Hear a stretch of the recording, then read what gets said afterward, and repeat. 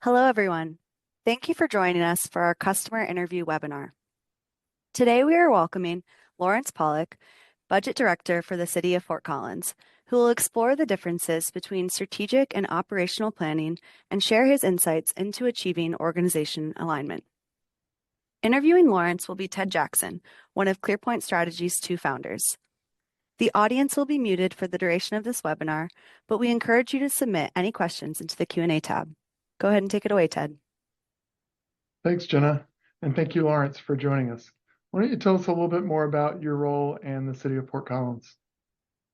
So I'm Lawrence Pollack. I've been in the budget office, with the City of Fort Collins coming up on 19 years now, and since 2011 being within the budget office itself. So serving a really great organization. We serve our community of about 175,000 people in Fort Collins. People may know us for being a very bicycle-friendly community. We're also, if you go and Google it, we're one of two craft beer capitals in the United States. So there's a lot going on here. We're tucked up against the foothills of Colorado, so easy access to the mountains. And then our city organization, we have about 2,500 people, including hourly and seasonal, and an annual net budget of about $700 million. And you're better at snow removal than we are much better at snow removal than DC and other places out east. That's true. So let's talk about strategy and operations. Can you tell me a little bit about how y'all manage strategy? Yeah, so we implemented our first citywide strategic planning process in 2014, so a decade ago. And our intent in that was that we wanted every employee to be able to look at the strategic plan, to be able to see themselves, their work team, their work, what they're doing as part of the city's strategy. So we were effective in that. We connected measures to that. And in 2023 at a ClearPoint community meeting, it was pointed out to me that our strategic plan was actually very heavily it included a lot of operational aspects, so it really wasn't strategic in nature. We took that to heart and did some soul searching, evaluated what was in our plan, and ultimately our most recent 2024 strategic plan is much more focused just on strategy, where we went down from 56 strategic objectives or goals to 20 in this most recent plan, which is a lot more manageable, and the metrics that we associate with that are more palatable to evaluate and understand. So 20 objectives, it sounds like a pretty simple strategy. Must be pretty easy to handle. Well, with 20, we try to have 3 to 4 metrics per strategic objective, again, that being a goal. And the idea being that those metrics are kind of directionally insightful in our ability to achieve each of those objectives. We also link various programs and services in our budget process to that, and it might be helpful if I could share some screens in ClearPoint and show how we connect all of that together. Yeah, that would be great. All right, let me go ahead and share. Give that a moment to pop up.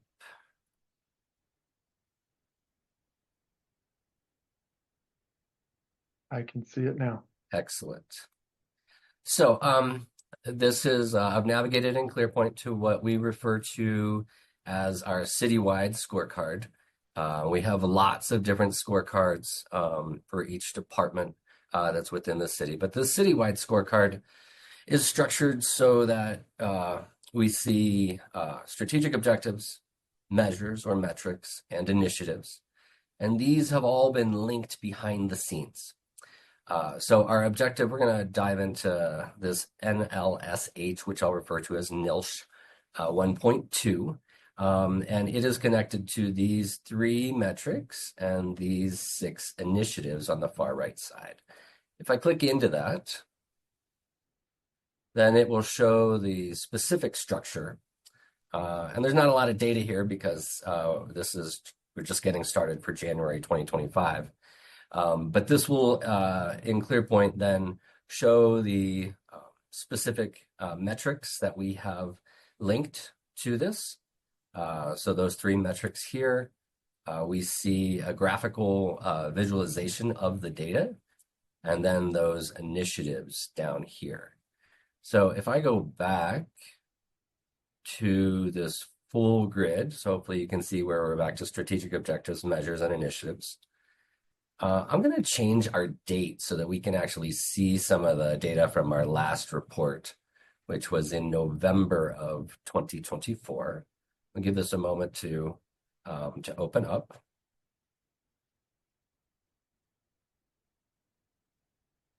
And now we're going to see that same structure, but now there's color codes for the status of each of those items. The way that these work is that the red, yellow, green performance of any metric, we average those, we give them a point value, and the average of those determines the red, yellow, green of the objective itself. We also have a status indicator on our initiatives here, and those are manually chosen by the owner of that program or service. So I'm going to go ahead and dive into one of these metrics, so this NILSH 84. And notice that it's very easy to navigate back and forth with the tabs that open up so you can see where you have been. One of the things that I like about this metric is that there's 2 different charts that are associated with it. And both of those charts are coming from the same data grid that's at the bottom of this website or of this page. The other thing that I would point out here is that in this outcomes, you can see this NILSH 1.2, that being that strategic objective. And so this is where we're creating that connectivity back to this strategic objective. So within those specific metrics, you've got that data. If I take a look at one of the initiatives, there's less information that we put in there. But what you'll see is that it has standard information, who the owner is, % complete, and they're putting a status of this program or service. This one specifically is the homelessness initiatives and programs ongoing city support. So it's got a status of green. It's got and then the text here. If this was red or yellow, then it would require an action plan of what does the data telling you and what do you need to do, if anything, to get back on track. And again, here's that linkage to NILSH 1.2. And that way we are able to dynamically connect both metrics and initiatives to every one of the adopted strategic objectives or goals in our strategic plan. So it's pretty robust. Let me just show you quickly what that looks like from a report. So this is a report that comes right from ClearPoint called a briefing book. And you can see now, here's that neighborhood NLSH 1.2 with that yellow indicator. We had those 3 metrics that were green, red, and green. We scroll down, now we can visualize those on this report. And then here are those 6 initiatives that have also been linked to that strategic objective. And so it's very convenient that all of the data that we're seeing right here in ClearPoint can be very easily, through just a handful of clicks, create a report that includes all of it, that goes out on a quarterly basis to our executives and department heads. You might say, well, how do there's a lot of information there. How do you keep people on track? And there's ClearPoint has a best practice recommendation of helping your staff through that. And so we've adopted that. So we have here a calendar for 3 different reporting processes that we have. We have our OMAPs that help us report on strategy. OMAPs are organizational measures, analysis, and performance. Our council priorities, and then our community dashboard, which we might be able to show later. And just quickly, as you scroll down in the month of February, all 3 of those will be due based on color coding. You can see the time during the month when those different activities are required. One thing I'll point out is you might see that there's work on 2 Saturdays here. Generally, we don't prefer to work on Saturdays if we can avoid it. But through ClearPoint, and hopefully you can go, I'm showing the ClearPoint screen again. If you click on this little hurricane symbol for automation, what we're using is just ClearPoint functionality of reminders. And so for our council priority updates on Saturdays, because we've told the council that or the staff will be doing those notifications on the 1st and 15th of the month. So we can then go ahead and we can automate who that's going to go to. So the specific element owners. And so that is all automated for us so that we don't have to come in on a Saturday. But that calendar really helps us understand when things are due for those 3 different reporting requests. And I'll stop sharing there. No, that's awesome. I was gonna, you kind of answered a few of the questions I was gonna ask. Is like, so it looks like you're doing this on a quarterly basis. It looks like some of the measures might be annual and others are quarterly or monthly. Do you just go in each quarter and either do qualitative results on the annual or fill in the months if you wanted multiple months on the quarterly? I'm just Typically, we strive to have measures with more frequent reporting periods. So quarterly kind of being a sweet spot for a lot of measures. There are many that the data is only available annually. For instance, our community survey data. And so one of the opportunities that we have is even though the metric itself doesn't change, we can speak in the analysis or the actions. What are the things that we're doing as a city to help improve those results? right. Yeah, and it's really nice to see all the initiatives kind of right in there. Is like, what are we doing to drive some of those results also? Okay, so that's really cool on the strategy side. Y'all review it quarterly. You produce that briefing book. Are you then meeting with the city manager and the directors, or what does that look like? Those The are review. our OMAP meetings, those organizational measures, analysis, and performance. Those are meetings with all department heads and the entire executive team. So they're pretty expensive meetings. There's a lot of data that is there, so we don't go through just the report. It's about 150 pages.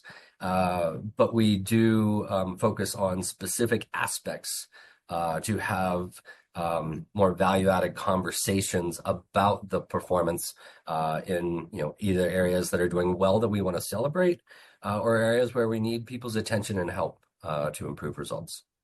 Awesome.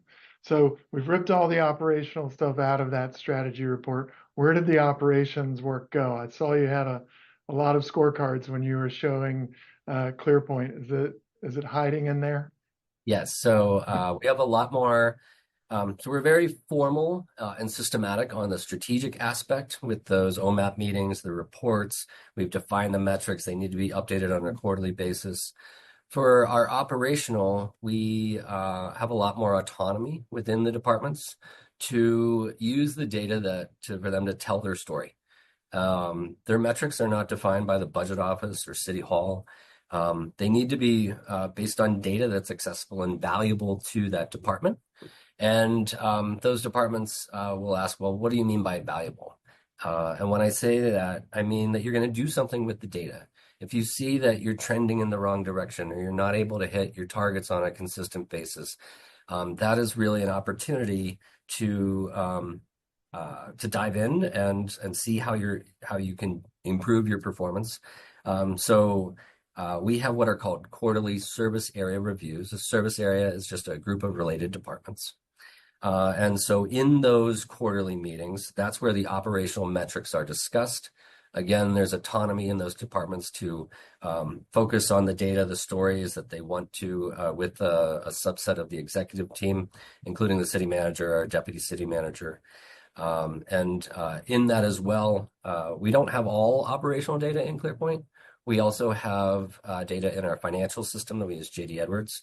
And so we don't duplicate that in ClearPoint, but in those quarterly service area reviews is where the operational metrics are reviewed, as well as the financials, which are another type of metric, of course.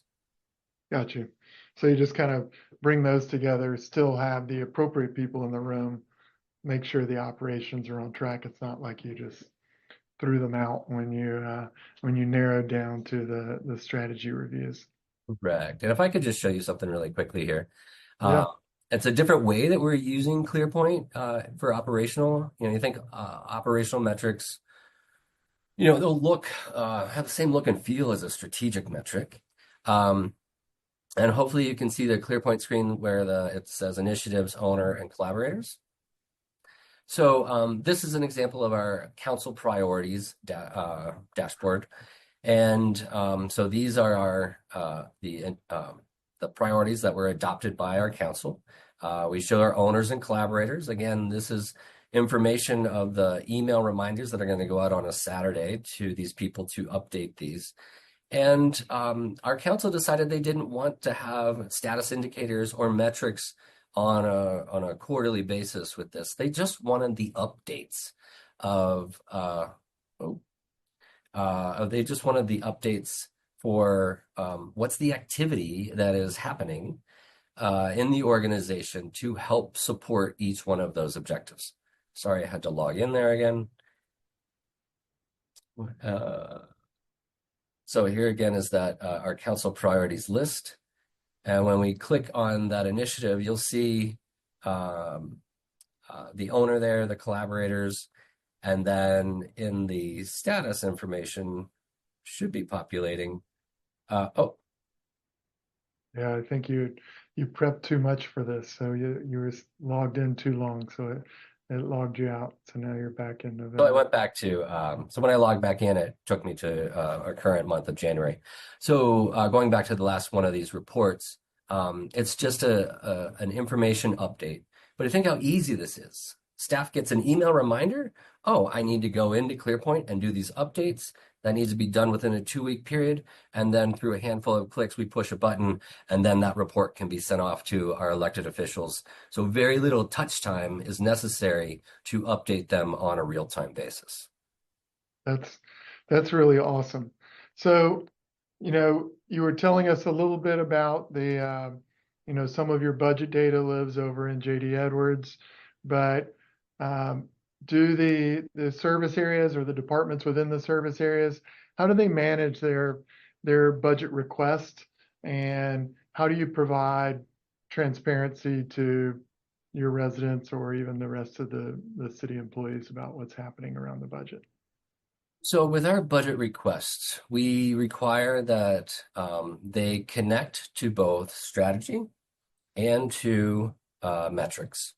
And so from our budget page, which is fcgov.com, and you can, there's a lot of information here, but we have PDF reports that show all of the budget requests that have been submitted. So we've got these PDF reports.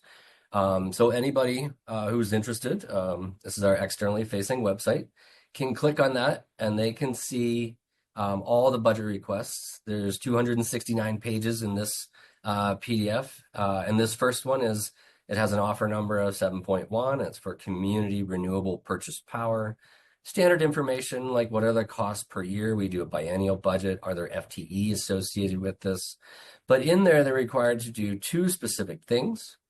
One is this link to strategic objectives. So they have to say which strategic objective in the adopted strategic plan, if funding this budget request will help achieve that objective. And so in this case, they've selected this one called ENV1. But more importantly, they have to say how funding this budget request would support that objective. What they're doing when they're building this budget request and selecting these objectives, they're already planning that if this gets funded, they know they're going to have to report on it on a quarterly basis in those OMAP meetings. Similarly, we have a required section for performance metrics. One of the things we really like about this is that, so this is our public website, but you can see this link to a metric called ENV25, total new installed solar capacity. And when we click on that, it'll take us to the data coming right from ClearPoint. So people aren't actually getting into ClearPoint to see this data. We've taken it from ClearPoint, published it to a unique website, and then we can connect that website to our own PDFs. And so that's been really helpful in allowing us to be transparent with the data aspect of these various budget requests. So it doesn't just sound like whining for dollars. You can use real data to talk about your performance or what you're trying to achieve with any given budget request. Has that helped people think more carefully about what they request money for? Or is it, do people complain about it? Or are they excited about being able to say, hey, look, now I can demonstrate the value of the things that I'm working on? Or is it a mixed Honestly, bag? it's a spectrum. Yeah. The large group of people, we probably have 200 people that write budget requests across the city, are involved in some way. But you can see the people who really kind of embrace the importance of data in helping tell your story do love the ability to be able to graphically show data into what could be just mundane reading of various budget requests. Yeah. No, I think it's a really nice way to be able to see that. And I think it pushes for accountability too when you're doing budgets in a public manner. It's kind of harder to hide that way. Speaking of accountability, I think that public transparency is really important in that regard, especially for governments in a national environment where trust in government has been declining for a significant period of time. And so in addition to us having in ClearPoint, all staff can get a free browser license to go and look at any data that's there. There's nothing that's hidden or sensitive. So we're transparent in that regard to our staff of 2,500 people. Externally to the community, we're transparent through those budget requests and being able to show the data and support. And then we also have some community-facing dashboards, which are also they have different purposes. The one that hopefully you're seeing here is what we refer to as our community dashboard. And we've had this up being supported through ClearPoint for the last decade. So this data, again, all coming directly through ClearPoint, very easy to update on a quarterly basis to refresh the website. And this website has three different kind of levels, if you will. So we have these outcomes. Think of them as focus areas, focal groups. And then here is the performance of each of those. Refer to this as like level 1. You can click on any one of these. And what that will do is then take you to show you the specific metrics that have been associated with this outcome. And then you can see the performance and its red, yellow, green result. And then on any one of those, we can go ahead and click on to see the actual data associated with it and associated analysis of performance. So the purpose of this dashboard is really to allow anybody, residents, community members, businesses, to put their finger on the pulse of the city of Fort Collins. We have a different website that is specific to a program where we're talking about our climate future, the climate action plan goals that we have. This website, different purpose, has a very different look and feel. Similar graph at the top with information. Again, all of this coming directly from ClearPoint. But as you scroll down, then you can find different areas that you want to learn more about, maybe ground travel, for instance. And if you click on learn more there, then it will take you to a deeper level of data and various associated metrics. So both of those dashboards, again, different purposes, but trying to be transparent with data for our community. And it has been so easy for us in using ClearPoint because we can get those updated after we have our data updated in ClearPoint in a very efficient manner. No, it's great. We've seen a lot of organizations over the years say, I want something that looks like the Fort Collins, performance dashboard or like the climate action plan. And I think y'all were ahead of your time on climate action plans because I think that dashboard's been up for five years or so. And we've just seen a few others, uh, you know, coming in different ways. So we got a few questions have come in now. Um, One's about, well, let's just jump into them, around the budget request process, including, you know, kind of all the associated parts. Like, does it take place inside of your financial software, inside of ClearPoint, or both? Just clarifying how that budget request process works. And I got about three more, so I only got Okay, 5 minutes. really quickly, we have an in-house built software program because our financial software is pretty arcane. We've had it for 25 years now. We're looking at going to a new financial ERP system, and the intent is that that system is where we will do that budgeting request, but keeping those linkages to ClearPoint as I had showed you for online transparency. Yeah. And how do you link? Oh, they're flowing in now. So this is going to be a speed round. I should have put in the request earlier. How do you link operations to the strategy, let's say within ClearPoint? So I know you have a bunch of different things, but are there ever any kind of clear linkages or do you keep them separate? Well, actually, that's a good point. I neglected to say earlier when I was showing how each budget request had to link to some aspect of strategy. Because we drastically reduced the number of strategic objectives that we had in our plan, we have another kind of goal or objective, which is an operational objective about 24/7, 365 operational excellence for our community. And so when they're submitting those budget requests, they can differentiate, is it more of an operational budget request or is it more strategic and aligning with our adopted strategic plan? Gotcha. How did you win the Baldrige? We started that journey in 2009, learning from a local hospital who had recently received that designation. It was through a lot of work, a lot of feedback from going through state, regional, and then the national process with opportunities for improvement. And frankly, this is the world according to Lawrence.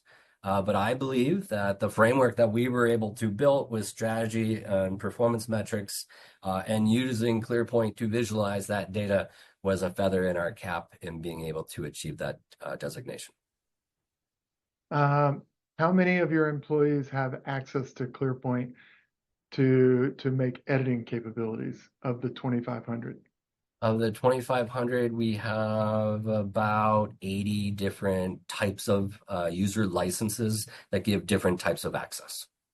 I was going to say something similar. Let me see. No, we only have a minute left. Can you talk about the transition from the old way of managing strategy and into ClearPoint? Or did ClearPoint kind of come when y'all released your first strategic plan? They were really about the same time. It wasn't, it was just fortuitous the way that that worked. We had started working with ClearPoint around that time. Our initial purpose was that community dashboard I showed you. But one of the things that I really like about ClearPoint is that you don't pay for individual modules. You're paying for the functionality. And so you can, as an organization, can prioritize where do you want to start and then build from there. And that's one of the things that, I wish if there was a vision that we had of what we have now, it would have been great if we knew that 10 years ago where we wanted to go, but we didn't, right? And so I think you get started knowing it's not going to be perfect. You got to be in an organization that embraces feedback. Take that gift of learning and help your whatever you're using, whether that's strategy, performance metrics, use that feedback to evolve and improve yourself. Awesome. You wrapped this up nicely. We are out of time. I have about 4 more questions for those of you that submitted questions that we didn't get to. What we'll do is I'll capture them, get them over to Lawrence for an answer, and when we release the recording, we will also make sure that all these questions have answers in the tech You stuff. can also reach out to me directly at lpollack@fcgov.com. Happy to answer questions that weren't able to be answered here. Awesome. Lawrence, thank you very much. This was Thank awesome. you, Ted. It's been great.